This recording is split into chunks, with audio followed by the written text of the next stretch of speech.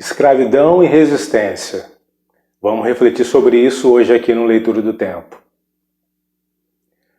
Vamos lá. A gente pode começar com uma frase.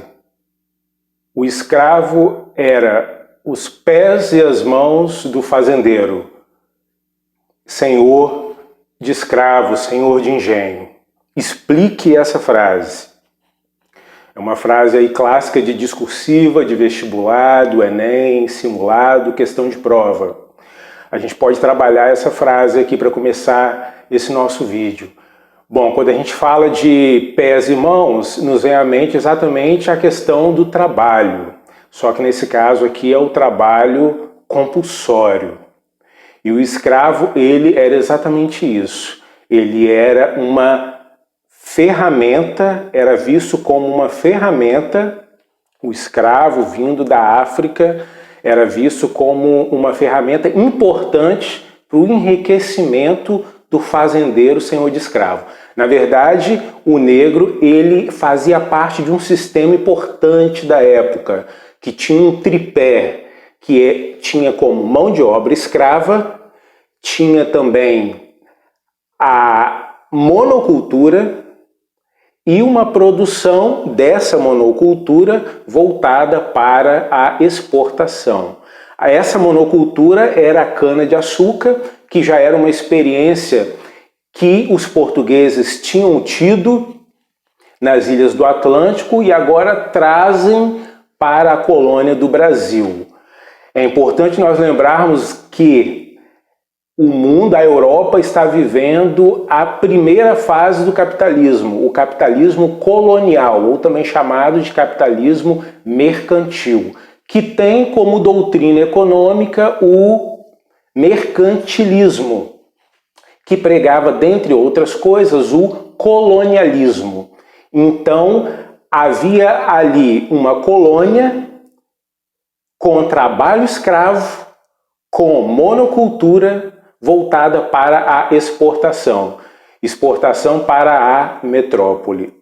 Então, o negro ele trabalhava na lavoura e era uma peça-chave nesse sistema, mas o escravo ele não estava somente na lavoura. O escravo ele também estava na cozinha da família do senhor de engenho, estava como uma cozinheira, estava como parteira, ama de leite, mucama, estava na intimidade da família do senhor de engenho ali.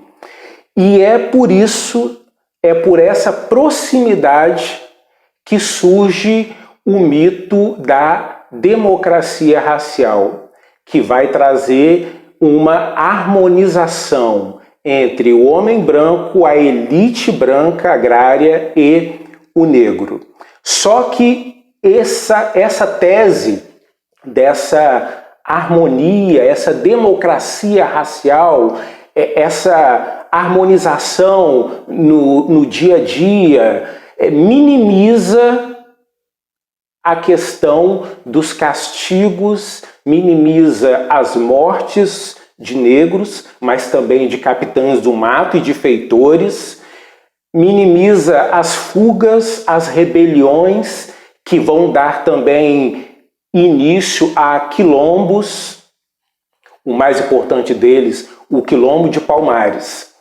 Então, se durante o período da escravidão houve uma luta pela liberdade, e quando falamos em luta pela liberdade, quando falamos em até criação de quilombos, conflitos, a gente não pode deixar também de lembrar de uma revolta importante que acontece aqui no Espírito Santo, mais especificamente no município de Serra, no distrito de São José do Queimado, que foi a insurreição do próprio nome, insurreição de Queimado, que, como a história fala, foi uma construção de igreja, que foi o estopim dessa guerra, quando negros trabalham diante da promessa de liberdade, de alforria, Só que depois da construção, a promessa, a negociação não foi bem sucedida, dando início a uma revolta que durou 4 dias e teve como fim a prisão e morte de 2 negros, Chico Prego e João da Viúva, e a fuga de Elisiário, que foi se refugiar na região de Cariacica e lá montou também um quilombo. E por isso ele ficou conhecido como o Zumbi da Serra, devido a essa fuga e essa resistência que ele cria ali. E quando nós falamos sobre a insurreição do Queimado, nós não podemos deixar de mostrar aqui um livro, Insurreição de Queimado, em poesia do escritor capixaba Teodorico Boa Morte, uma insurreição aqui no município de Serra, escrito em verso e prosa, numa forma muito singela, por um escritor também aqui da Serra. Bom, a respeito daqueles que morreram, Chico Prego e João da Viúva, há aqui na Serra uma estátua, um monumento de Chico Prego, no centro da Serra, como memória da representação de uma história negra. O que eu acho um avanço, porque até então os monumentos, as estátuas, eram sempre em homenagem a personalidades da elite branca, como presidentes e governadores. Então, a estátua, o monumento de um líder de uma revolta negra, eu particularmente acho um grande avanço. Bom, mas se até 1888, até a abolição, a luta dos negros foi por liberdade, o século XX foi marcado pela construção agora de uma cidadania, com todos os direitos que essa palavra foi adquirindo ao decorrer do século XX. E esses movimentos, essa luta, teve vários reflexos. E nós podemos aqui falar sobre o apartheid na África do Sul, com o seu líder Nelson Mandela, que desde a época de estudante de direito na universidade já era um ativista pelos direitos civis dos negros na África do Sul e fica preso durante 20 anos com um julgamento de um processo que, segundo críticos, era cheio de vícios, mas é solto por uma campanha internacional em 1994, quando também é eleito presidente da África do Sul e recebe o Prêmio Nobel da Paz. Um outro reflexo dessa luta pela cidadania, pela construção da cidadania no século XX, é a do pastor Martin Luther King, nos Estados Unidos. Luta essa que começa em 1955 e vai até 1968, exatamente com a morte do líder, mas tanto Nelson Mandela quanto Martin Luther King e muitos outros deixam para a população negra um legado. E esse legado agora é visto de várias formas mais adiante.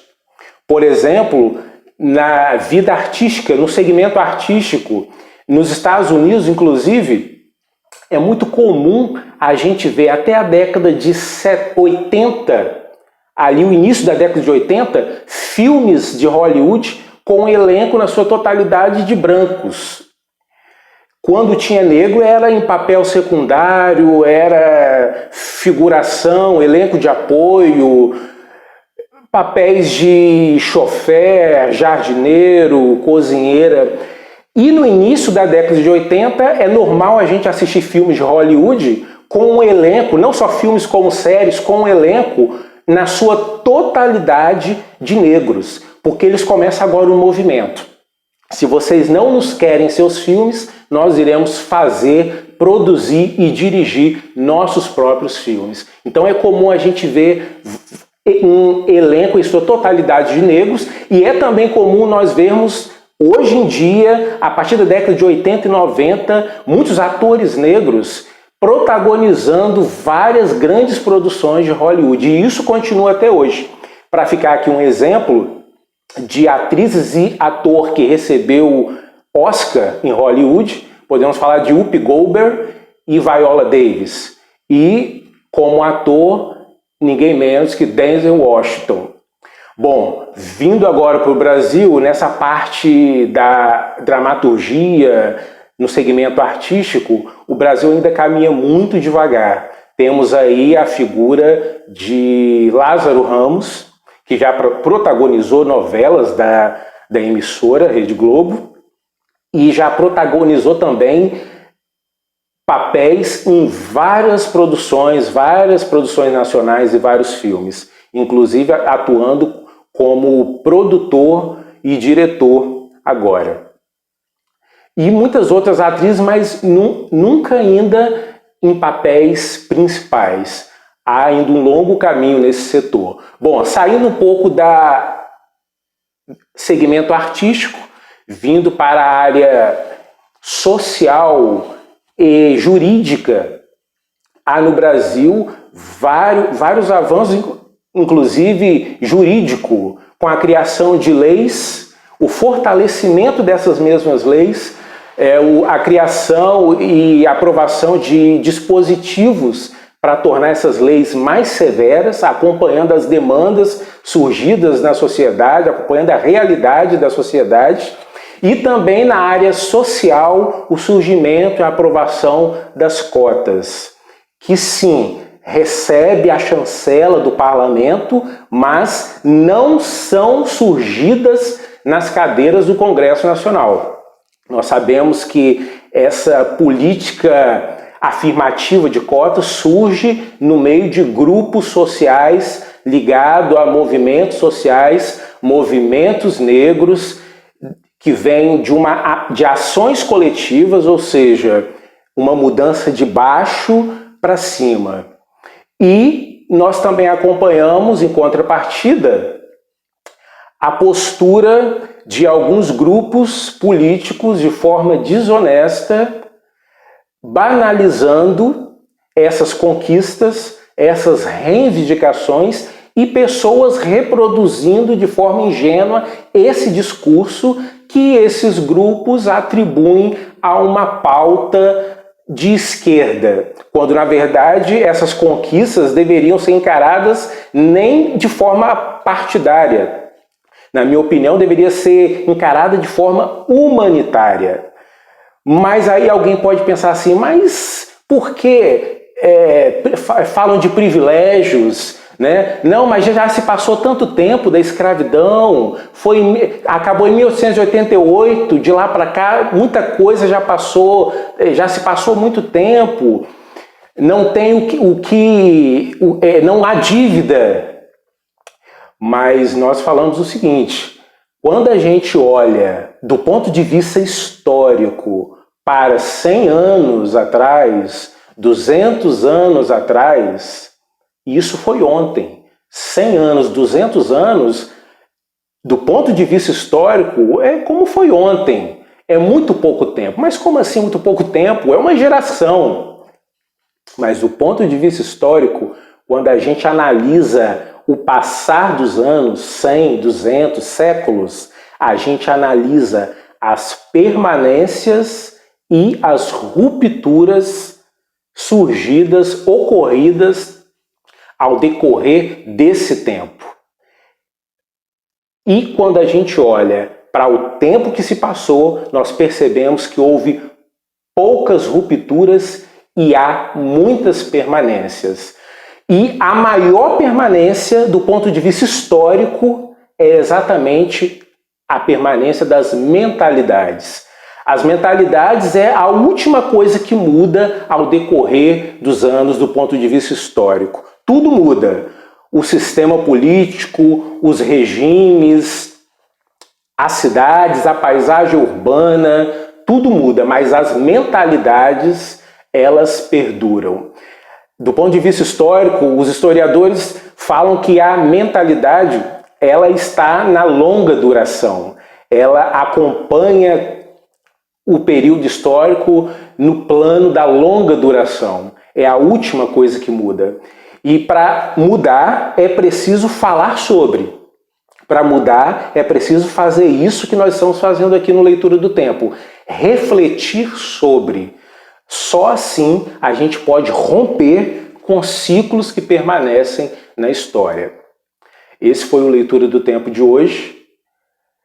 Vou deixar na descrição do vídeo o livro do autor capixaba, Teodorico Boa Morte. E vamos participar deixando aí o like, comentando, compartilhando esse vídeo em seus grupos e desejo a todos aí um ótimo ano novo. Esse é o 7º vídeo do Leitura do Tempo. Vamos continuar em 2021, se Deus quiser. A todos obrigado aí e até o próximo vídeo.